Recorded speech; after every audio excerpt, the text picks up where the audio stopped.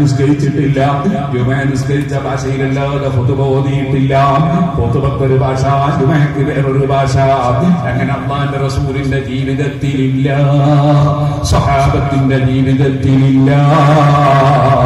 എന്തിനധികം പറയണം, ഞാൻ മർക്കസിൽ പഠിക്കുന്ന കാലത്ത് ശൈഖുനാ ഉസ്താദിന്റെ കൂടെ പുതിയ കാവൽ പള്ളിയുടെ മേലെ നിന്നൊരു വാദപ്രതിവാദം നടത്താൻ പോയി. ആ വാദപ്രതിവാദം ഖുതുബയെ കുറിച്ചാണ്.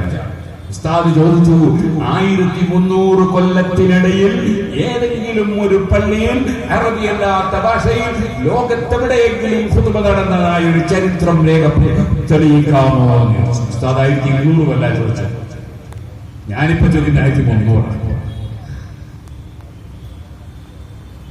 അപ്പോ അപ്പുറത്തെ മൗലവി മറുപടി പറഞ്ഞു, അപ്പുറത്തുള്ള ആൾ പറഞ്ഞു, ഇയാൾ പറഞ്ഞു 1200 കൊല്ലം കൊള്ളിക്കിഴങ്ങ് മരിച്ചീനി ആരും തിന്നിട്ടില്ല എന്ന് വിചാരിച്ച് ഇനി തിന്നൂടാന്നുണ്ടോ? നിങ്ങളൊന്ന് ആലോചിച്ചു. ഖുതുബ